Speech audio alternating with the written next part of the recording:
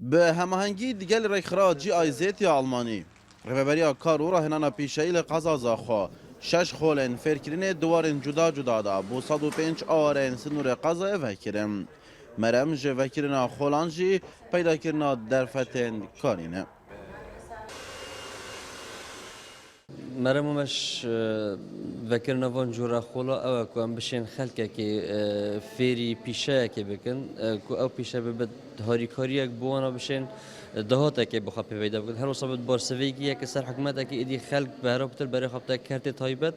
بهند بارگرانی نکرد سر ملی حکومت اشلای دا مزراندنی بجدارن خولان دلخوشی و خانیشان دادن و دبیجن دداهاتی داوی حوال بدن به برهم خولان جیارا خزانن خواهد دابین بکن امج کمپاچا مشکوینا ام دور 23 روزا تقریبا بدلینا و تقریبا بیمهک ام جلکا درون ام حالمینا ما في داشي كليا ما صدري دروان او دشداش يلك براسي مثلا هكا تشتاك تشيبو مدفي ام مثلا شغلك يخو بكن مدفي ام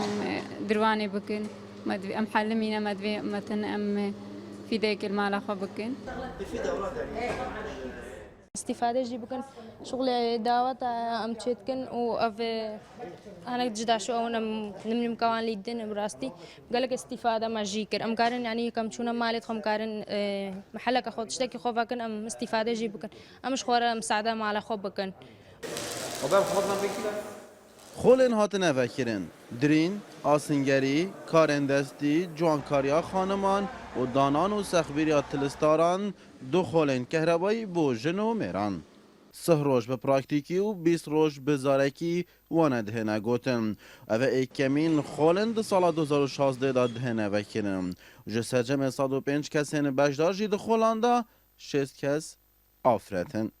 به وکرین آوان خولان دل بجدار بوان خوشتر بوان هیویت وان جی بو پاشتر روشه گشتر بوان رنگ گرده دمه که نزدیک دا جین و جیار وان جی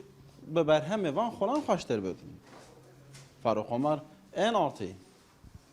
زاخو